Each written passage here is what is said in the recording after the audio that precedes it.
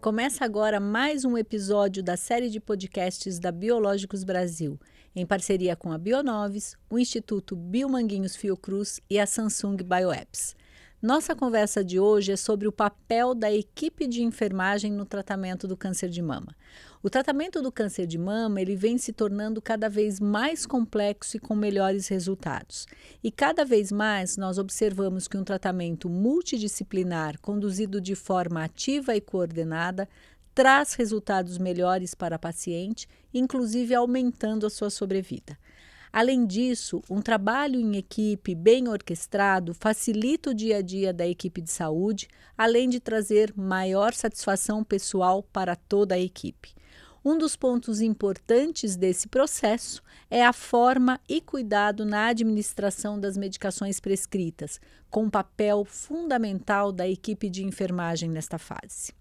Para ver este conteúdo na íntegra, siga o canal Biológicos Brasil no YouTube. Você também pode acessar pelo portal Biológicos Brasil na internet. Eu sou a doutora Solange Sanches, médica especializada em oncologia clínica e focada no tratamento do câncer de mama. E para falar sobre esse assunto hoje com a gente, temos a Gisele Fernandes dos Santos Ferreira, uma enfermeira especialista em oncologia com extensão em oncogenética. Ela é formada há 20 anos e trabalha no Centro de Referência de Saúde da Mulher há 17 anos. Muito obrigada por estar aqui, Gisele. Eu que agradeço a oportunidade. Para guiar nossa conversa, nós vamos especificamente utilizar o exemplo de uma paciente com câncer de mama do subtipo HER2 positivo, cujo tratamento será com quimioterapia associada ao trastuzumab. Gisele, há sempre alguns pontos práticos na administração de esquemas que incluem quimioterapia associada a anticorpos monoclonais, e nós vamos abordar alguns deles. Como primeiro ponto, eu gostaria que você falasse a respeito do tempo de infusão. Como vocês definem e controlam o tempo de infusão dos quimioterápicos? Nós tivemos uma conversa com toda a equipe multidisciplinar, né, para definirmos de acordo com o que o laboratório orienta de tempo de infusão de cada fármaco, e nós definimos o prazo da instituição. Então, atualmente, cada medicação ela vem no sistema, a prescrição, nós conseguimos conferir a dose da medicação e o tempo de infusão dela. E o tempo de infusão do trastuzumab? O tempo de infusão do trastuzumab ele varia em 2 momentos. Na primeira etapa, quando a gente tem a dose inicial, nós temos uma dosagem de ataque, 8 vezes o peso da paciente, e nós infundimos em 1 hora e 30 minutos, utilizando bomba de infusão, na maioria das vezes. E da segunda vez em diante, administramos em 30 minutos, porque essa dosagem é um pouquinho menor, 6 vezes o peso da paciente. Quando, por alguma eventualidade, nós temos que usar a medicação de forma gravitacional, a equipe também já está toda treinada para fazer o cálculo do gotejamento correto. E a que sinais ou sintomas a equipe de enfermagem deve estar atenta durante a infusão da quimioterapia e do trastuzumab? Nós observamos se tem, do ponto de vista até de infusão, né, do acesso, quando é um acesso periférico, observar se não tem nenhuma ardência, né, para ver se realmente ele está sendo administrado da maneira que nós precisamos, e aí a gente observa rubor facial, quando elas têm, né, uma reação imediata, rubor facial, uma dor de cabeça, normalmente na nuca, uma dor no peito, tosse, são os sintomas mais comuns. Mas isso para quimioterápicos. Para o trastuzumab, normalmente a gente tem uma incidência muito baixa de reação. E uma dúvida frequente é sobre a ordem em que as medicações são infundidas. Há diferença em se fazer o trastuzumab antes ou depois da quimioterapia? Atualmente, a literatura nos assegura que não faz diferença. Contudo, nossa instituição preconizou que primeiro nós fazemos os anticorpos monoclonais, depois nós entramos com os quimioterápicos. E a preferência, então, da instituição é em fazer inicialmente o trastuzumab e depois os quimioterápicos. Isso considerando que a eficácia é a mesma e que, na verdade, isso pode ser colocado à preferência do serviço. Então, você diria isso? Isso mesmo. Perfeito. Além da velocidade de infusão, existem outros cuidados na administração do trastuzumab? Por exemplo, precisa proteger da luz? O trastuzumab é uma medicação que apresenta baixíssimas reações, como eu já havia dito, e uma medicação que não precisa ser protegida da luz, não é uma medicação que a gente conhece como fotossensível, né? Nós podemos administrar num frasco comum e um equipo comum, sem nenhuma outra barreira. Com o cuidado, então, como você disse, da velocidade de infusão, seria a dica que você daria de maior atenção para a infusão do trastuzumab. É essencial que nós saibamos se é a primeira vez da paciente ou não, até para ter uma rastreabilidade. Por alguma razão, se o médico prescreveu que é a segunda, terceira vez que a paciente vai receber aquela medicação. E aí, conversando com a paciente, que é sempre o nosso ouro, né, que a gente consegue extrair se ela já recebeu aquela medicação outras vezes ou não. E outra coisa que nós nos atentamos também é, se o prazo entre um ciclo e o outro foi muito grande, nós voltamos com a dose de ataque. Então, nós temos preconizado, se o paciente ficar mais de 90 dias sem receber o trastuzumab, ela, mesmo que seja a quinta, sexta vez, é como se fosse a primeira vez de novo, dose de ataque e infusão de 1h30. Entendi. O trastuzumab, ele foi um fator de grande benefício para as pacientes com câncer de mama HER2 positivo, modificando a história natural, aumentando a taxa de cura nas pacientes não metastáticas e permitindo esse controle prolongado nas pacientes metastáticas. Com o aparecimento dos biosimilares, houve uma ampliação de acesso ao trastuzumab no serviço público de saúde. Como que você vê isso na sua prática do dia a dia? Eu particularmente vejo com muita alegria, porque eu sou de uma época onde as nossas pacientes precisavam entrar até com uma ação judicial para receber essa medicação. E hoje, você atendendo uma gama enorme de pacientes, observando a qualidade de vida, eu tenho um paciente lá que está comigo, iniciou o tratamento há 17 anos. Na minha primeira semana de trabalho, ela estava lá e até hoje ela está conosco, fazendo acompanhamentos anuais. E é muito bom ver que você atende de uma maneira mais efetiva e a paciente tem uma resposta muito boa.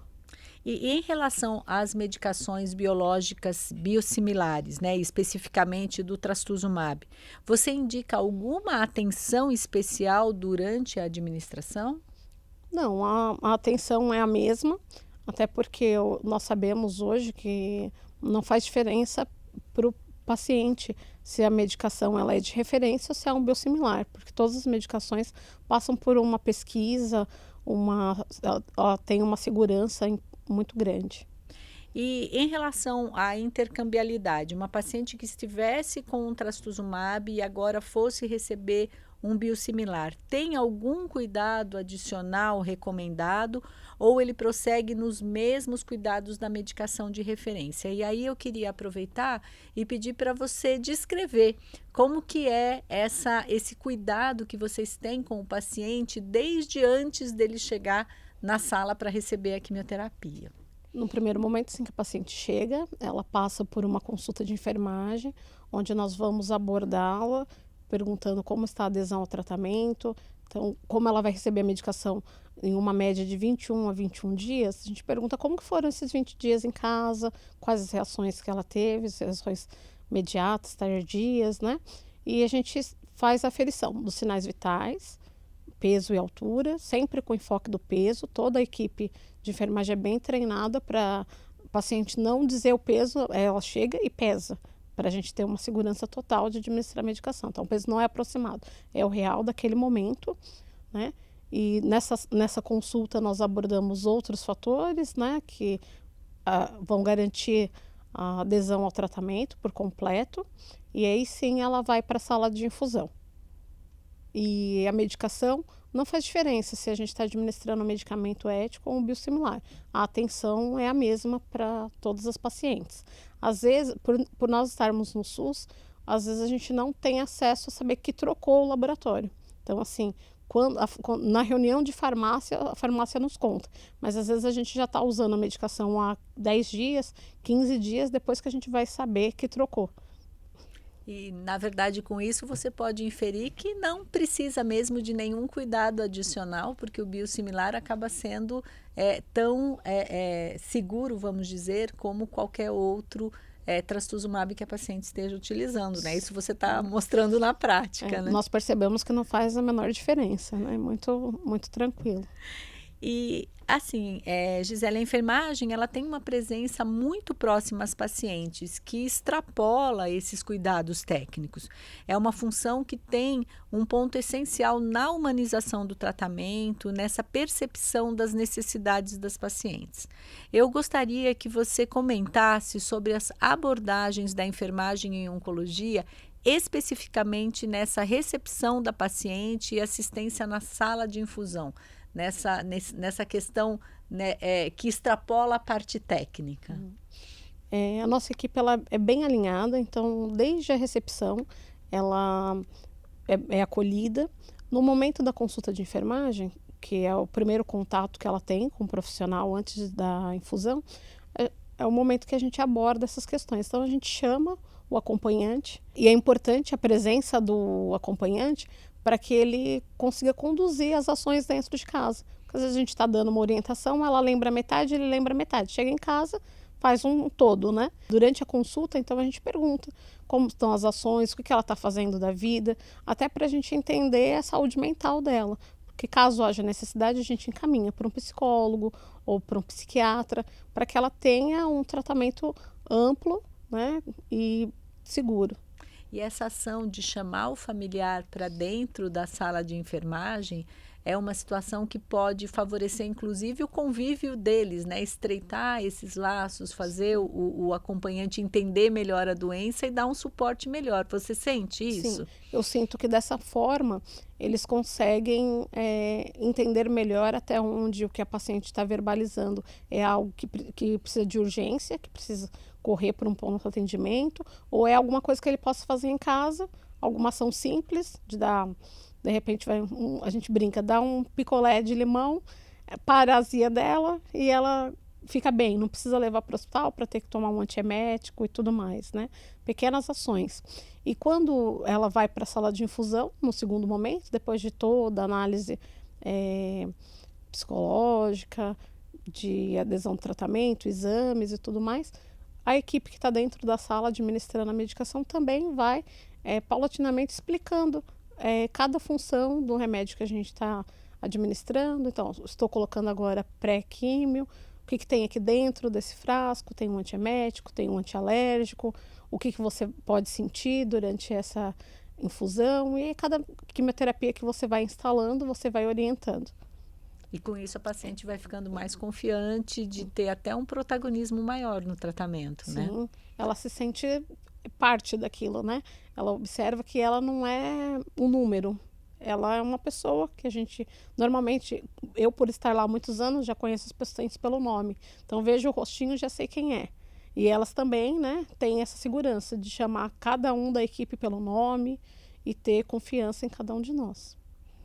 E você falou muito muito bonito, né, de uma fala muito bonita dessa parte da humanização. E como que você sente essa troca que vocês têm para o paciente? Como que é para a enfermagem ter esse contato tão próximo, tão junto com a paciente? Muito gratificante para todos nós. A gente consegue se desfazer daquela carapaça dura de profissional, extremamente sério, e muitas vezes a gente se vê abraçando, contando uma piada, chorando junto quando a situação exige. Então, aquela coisa de que o profissional é muito frio não existe. A gente sabe conduzir a situação, só que a pessoa consegue entender que eu tenho empatia por ela, eu sinto o que ela está sentindo, só que naquele momento eu preciso passar algumas informações sérias que demandam naquele instante. Mas é muito gostoso, é muito bom você conhecer a paciente. É bem assim, eu brinco que o nosso hospital é um hospital como se fosse uma cidadezinha do interior. Todo mundo conhece todo mundo, elas estão ali há muito tempo, até as que chegam, elas já têm grupos de WhatsApp, grupos no Instagram, né? A mídia social ajudou muito, então elas já chegam nos conhecendo, elas chegam nos procurando. Algumas pacientes chegam e falam assim para mim: olha, eu gostaria muito de ser atendida pela enfermeira Gisele, quem ela é? Aí eu dou risada, por quê?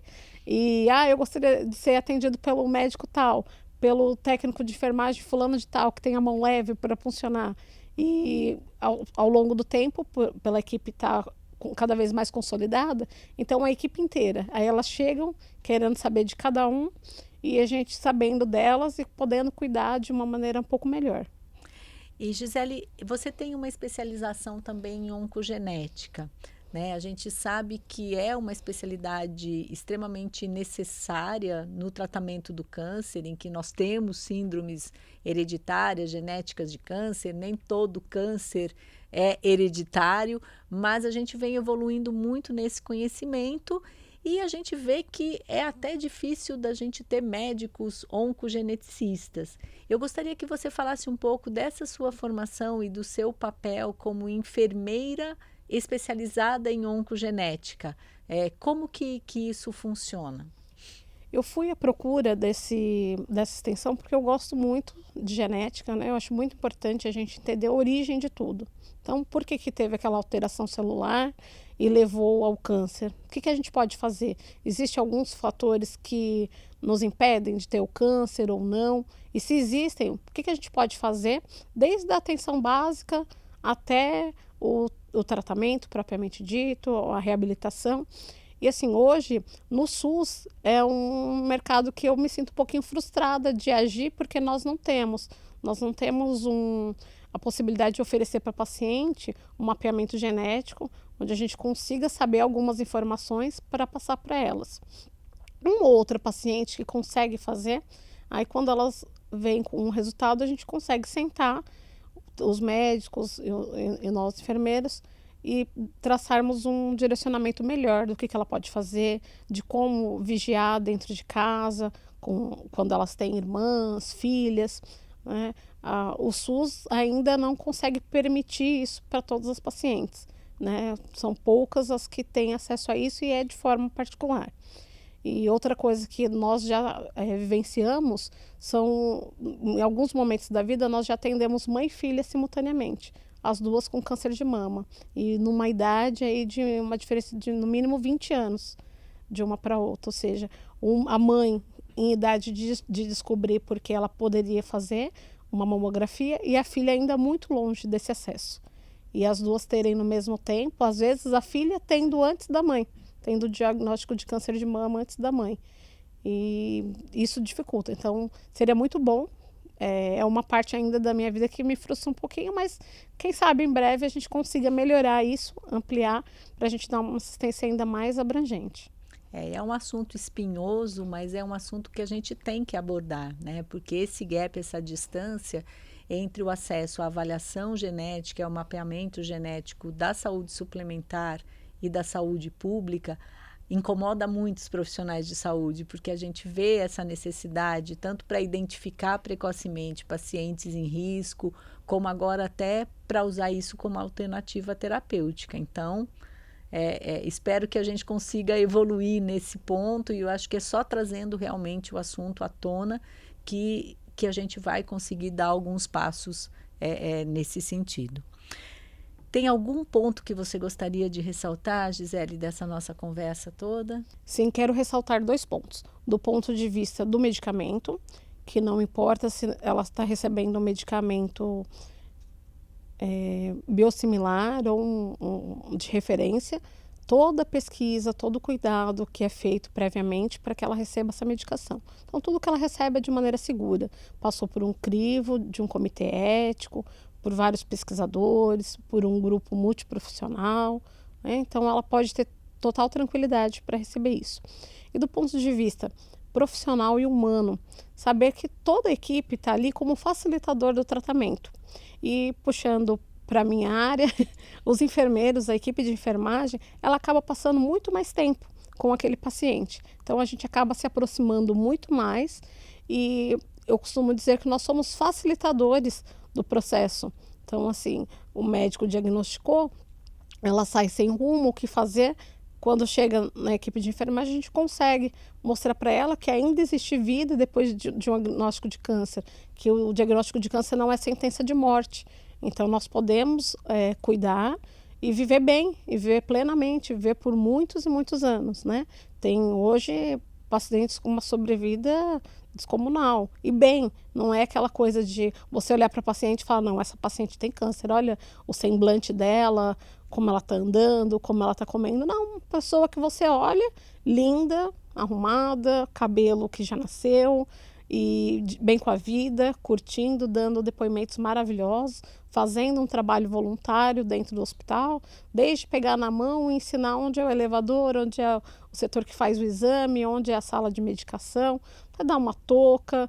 Então, assim, nós temos várias ações muito gostosas para tratar dessa paciente, e as minhas experiências de tristeza existiram, mas graças a Deus foram poucas, assim, um momento de dor, porque você sabe que você lutou pelaquela paciente e ela também lutou, e chegou o momento da despedida. Mas a gente tem muitas e muitas histórias felizes de pacientes que passaram por um tratamento de quimioterapia, depois entraram com a terapia-alvo e ficaram muito bem e estão aí conosco plenamente. Eu quero agradecer muito a sua participação nesse podcast, porque é muito importante que cada vez mais as distâncias entre as equipes envolvidas no tratamento do paciente oncológico estejam menores e que os protocolos de tratamento, os fluxos operacionais e as decisões estejam divididas entre os profissionais. Muito obrigada, foi um prazer dividir algumas experiências profissionais com vocês. Agradecendo também aos parceiros Biológicos Brasil nesse projeto. A Bionovis, o Instituto Biomanguinhos Fiocruz e a Samsung Bioapps. E, claro, obrigada a você por ter acompanhado mais um episódio do podcast Biológicos Brasil. Até mais!